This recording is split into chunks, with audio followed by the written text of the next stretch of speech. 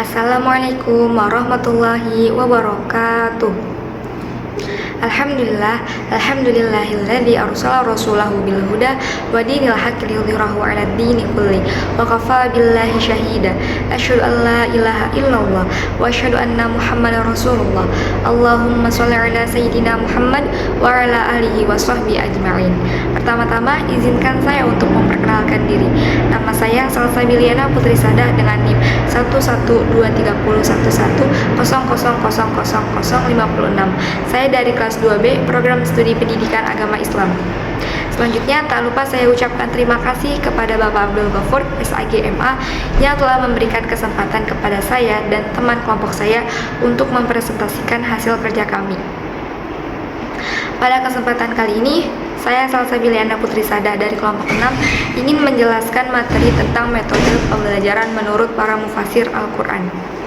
Adapun tujuan dari pembuatan video ini ialah untuk memenuhi tugas mata kuliah tafsir tarbawi dan untuk memberikan pemahaman kepada teman-teman atau kepada orang lain yang menyaksikan video ini tentang metode dakwah yang dilakukan oleh para mufasir Al-Quran.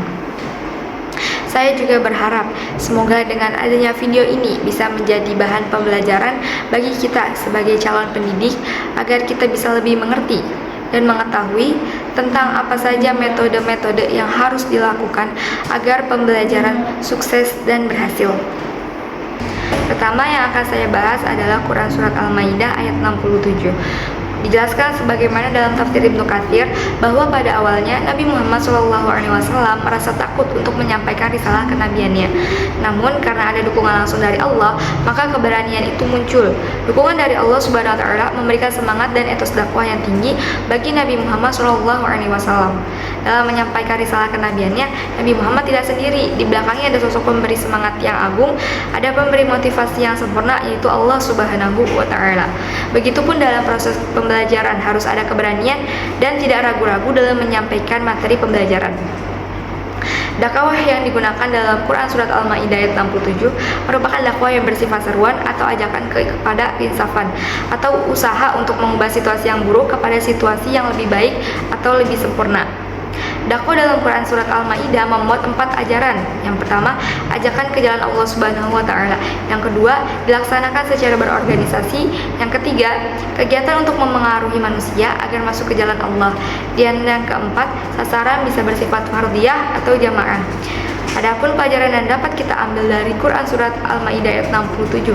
Yang pertama, guru seharusnya memberikan pertimbangan waktu yang diperlukan untuk melakukan demonstrasi berbasis dakwah dan perkiraan waktu yang diperlukan untuk anak-anak yang meniru. Yang kedua, anak-anak harus memperhatikan dan berperan aktif dalam kegiatan tersebut. Yang ketiga, guru juga harus memberikan motivasi baik kepada anak yang berhasil maupun kepada anak yang kurang berhasil.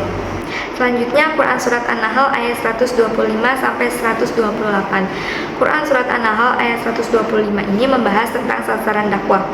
Rasulullah SAW diperintahkan untuk menyuruh orang-orang kepada syariat yang telah ditentukan oleh Allah Subhanahu wa taala.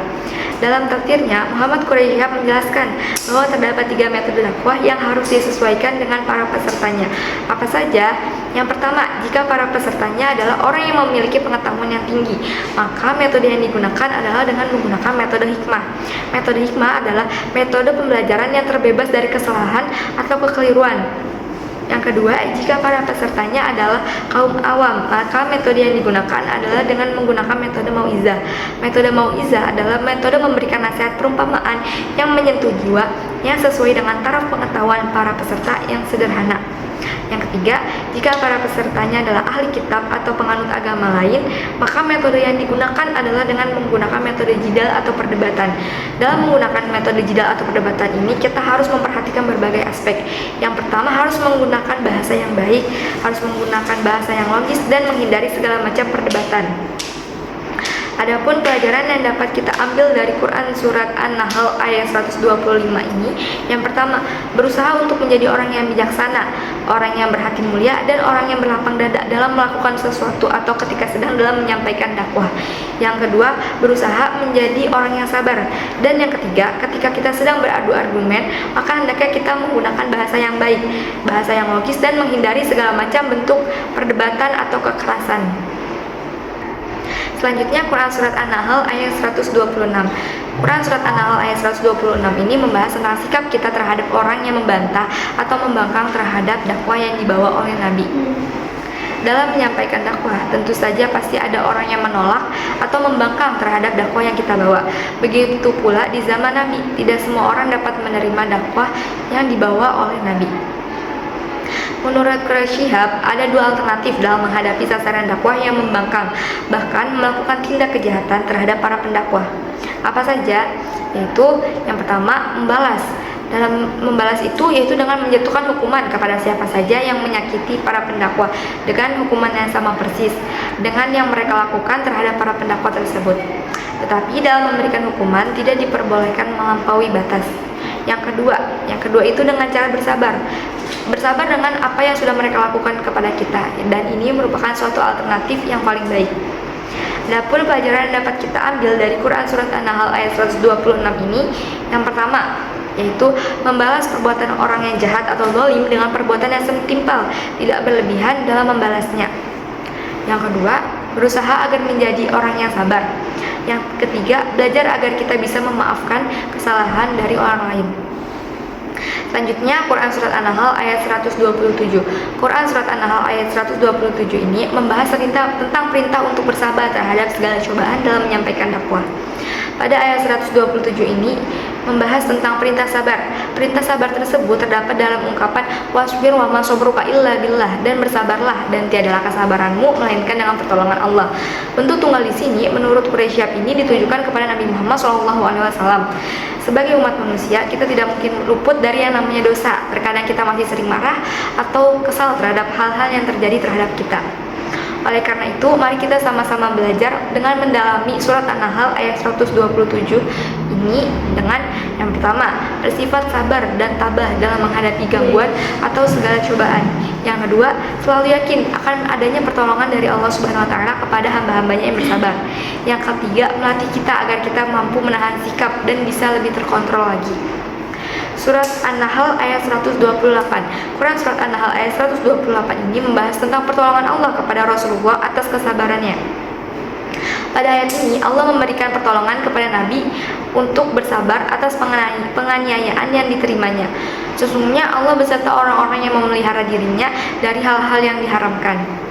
Dalam hidup ini kita harus bisa banyak belajar tentang arti kesabaran, belajar agar bisa mengontrol emosi dan jangan sampai emosi itu menguasai diri kita. Oleh karena itu, kita harus banyak-banyak berdoa kepada Allah dan memohon dengan penuh harap agar bisa selalu berada di jalan yang benar dan dijauhkan dari segala macam kesesatan. Selanjutnya, pelajaran yang dapat kita ambil dari Quran Surat An-Nahl ayat 128 ini, yang pertama, selalu menjaga diri dari hal-hal yang diharamkan dan selalu mentaati perintah Allah dan menjauhi segala larangannya. Yang kedua, selalu menolong sesama manusia. Selanjutnya yang akan saya bahas di sini adalah Quran Surat Ibrahim ayat 24 sampai 27. Ayat ini membahas tentang perumpamaan kalimat yang baik.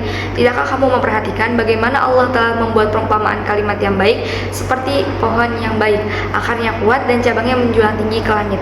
Ibnu Abbas berkata, lafaz kalimatun adalah kalimat yang baik. Maksudnya adalah kesaksian bahwa tiada Tuhan yang berhak disembah selain Allah SWT.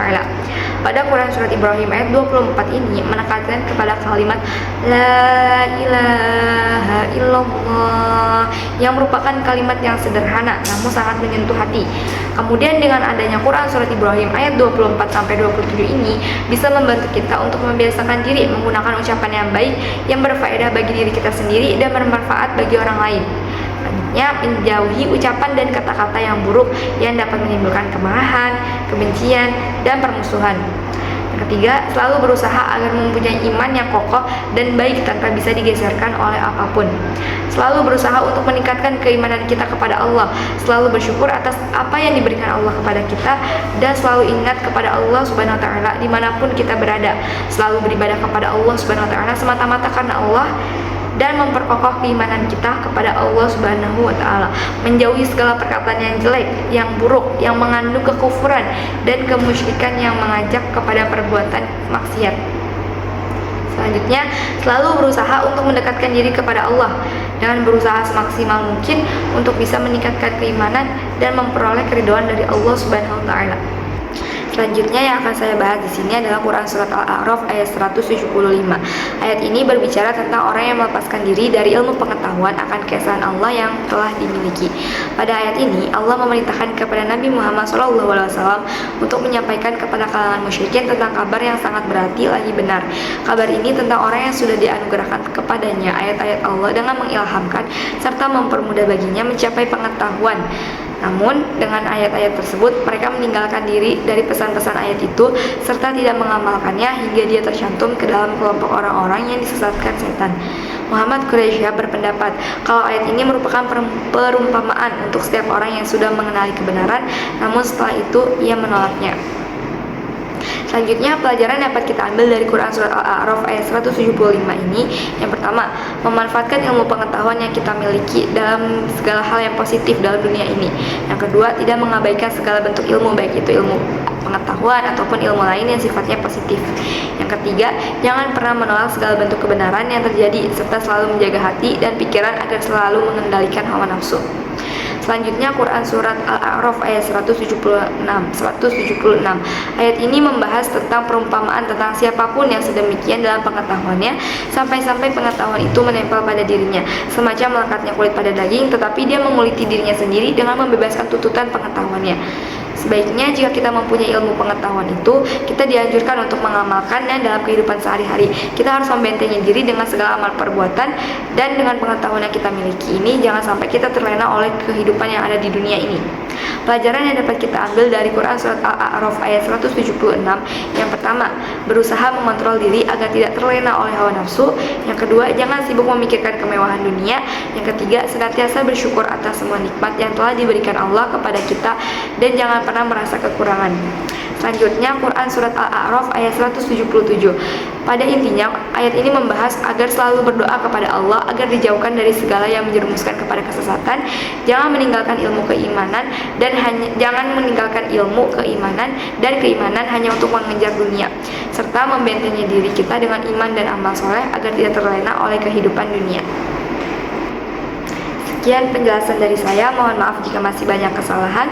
Wassalamualaikum warahmatullahi wabarakatuh.